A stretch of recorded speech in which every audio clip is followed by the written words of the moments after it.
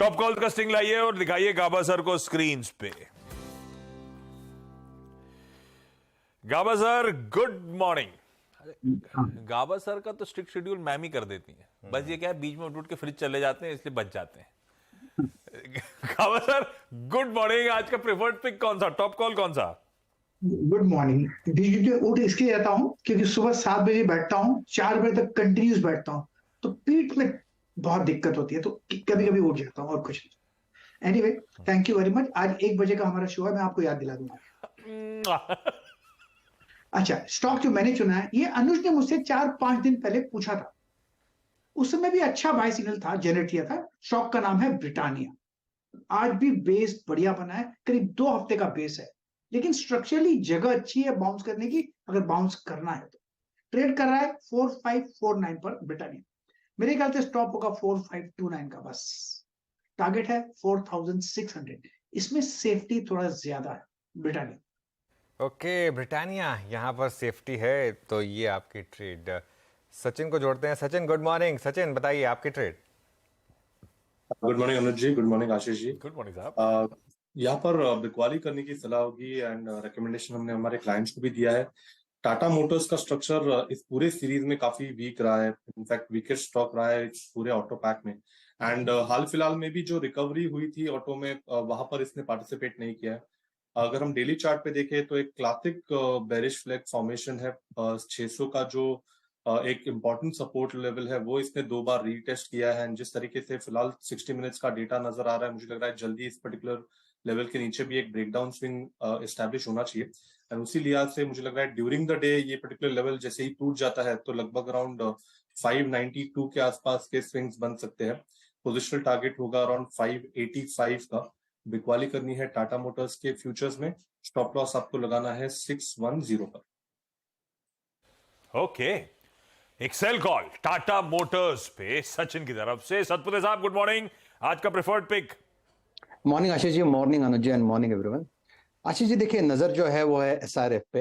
अगर आप इसका स्ट्रक्चर देखें तो एक रेंज ब्रेकआउट मिला था परसों के दिन और कल का दिन पॉज था।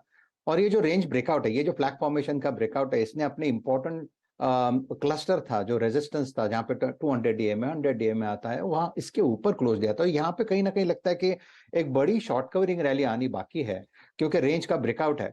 तो एसआरएफ बाय करेंगे 2363 कल का इसका क्लोज है। स्टॉप लॉस हम मेंटेन करेंगे 2330 का, और सामने एक टारगेट सेट करेंगे करीबन करीबन 2440 का। तो एसआरएफ में बाय करें।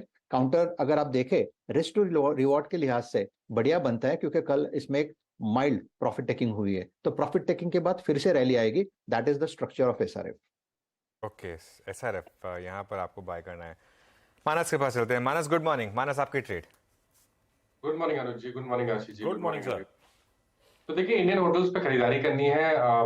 जिस तरह का ब्रेकआउट हमने देखा है, मेरे ख्याल से 2-2.5 महीने के कंसोलिडेशन का ब्रेकआउट देखने को मिला था, और ब्रेकआउट पे काफी बढ़िया वॉल्यूम देखने को मिले हैं। ये एक फ्लैग पैटर्न का ब्रेकआउट है, तो मेरा समझना है कि इंडियन होटल्स में अभी भी खरीदारी की जा सकती है। 408 ये कैश लेवल्स है, 408 के स्टॉप लॉस से आप खरीदारी करिए। 434 तक के टारगेट्स पॉसिबल है इंडियन होटल्स में। ऑप्शन में ट्रेड लेना हो तो सितंबर मंथ का 420 वाला कॉल ऑप्शन लिया जा सकता है। 15 रुपए के आसपास की क्लोजिंग थी, तो वहां खरीदारी करिए। 9 रुपए 90 पैसे का स्टॉप लॉस लगाइए और 25 रुपए के टारगेट सेट करिए।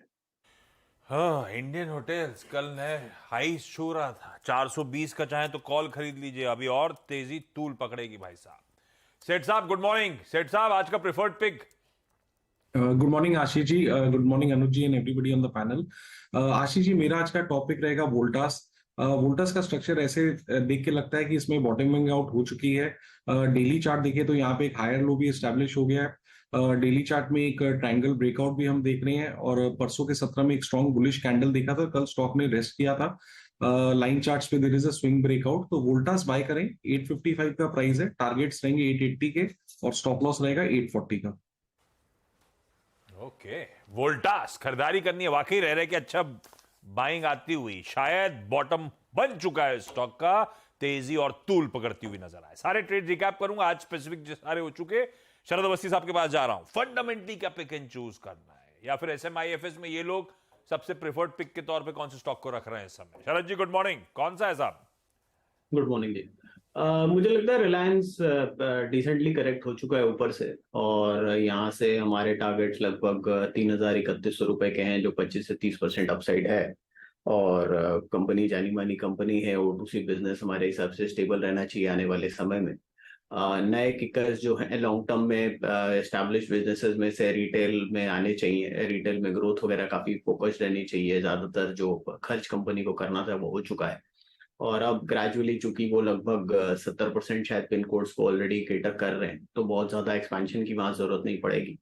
और जैसे जैसे हमारी पर कैपिटा इनकम $2,500 से $10,000 तक जाती है, ये स्पेस ऑब्वियसली बेनिफिट करेगी, जिसका सबसे बड़ा फायदा रिलायंस को होना चाहिए। आज के दिन देश का सबसे बड़ा रिटेलर है। इसके अलावा जो आपका टेलीकॉम बिजनेस है, वहां जिस तरीके से इन्होंने जियो भारत फोन लॉन्च करके 25 करोड़ एडिशनल सब्सक्राइबर्स को अपग्रेड करने की बात कही है, मुझे लगता है वो भी एक एडिशनल किकर होना चाहिए कंपनी के लिए। एयर फाइबर, उससे भी काफी बड़ा फायदा होना चाहिए। ऑलरेडी जियो सब्सक्राइबर के 20 मिलियन, जियो फाइबर के 20 मिलियन के आसपास सब्सक्राइबर हो गए।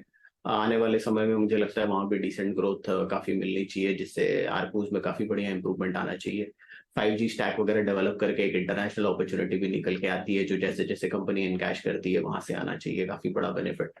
इसके अलावा रिन्यूएबल एनर्जी, हाइड्रोजन, बायोगैस, ये सब पे जो ये काम कर रहे हैं मुझे लगता है, और कार्बन फाइबर जो डेवलप कर रहे हैं, वो सब चीजों में कंपनी बड़ी स्केल अचीव करने की बात कर रही है, जो एडिशनल किकर्स प्रोवाइड कर सकते हैं 3,031 के बियॉन्ड। तो मुझे लगता है इनिशियली 3,000 से 3100 रुपए के लक्ष्य, फ्रंटलाइन कंपनी प्लस 3, 4, 5 ऐसे सेगमेंट्स हैं जो फर्दर ट्रिगर कर सकते हैं री रेटिंग आने वाले समय में। तो रिलायंस पे बेट करना चाहिए 3,031 रुपए के लक्ष्य के हिसाब से।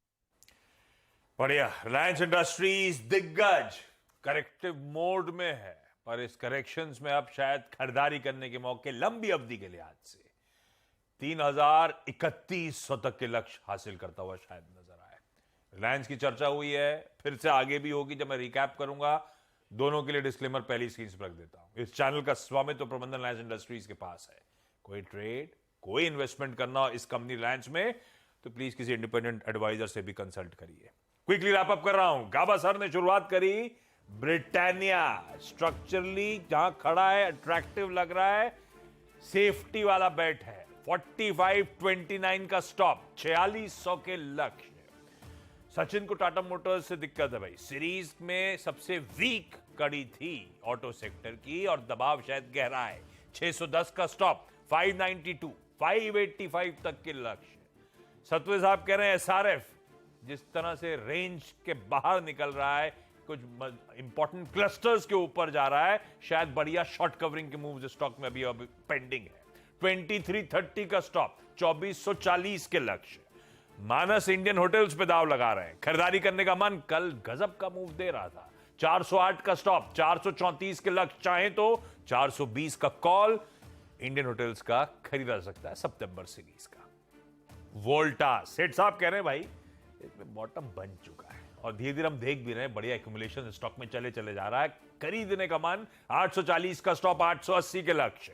और फंडामेंटली कुछ पिक एंड चूज करना है तो दिग्गज रिलायंस इंडस्ट्रीज जो करेक्ट हो रहा है, शायद अट्रैक्टिव लेवल्स पे आ चुका है।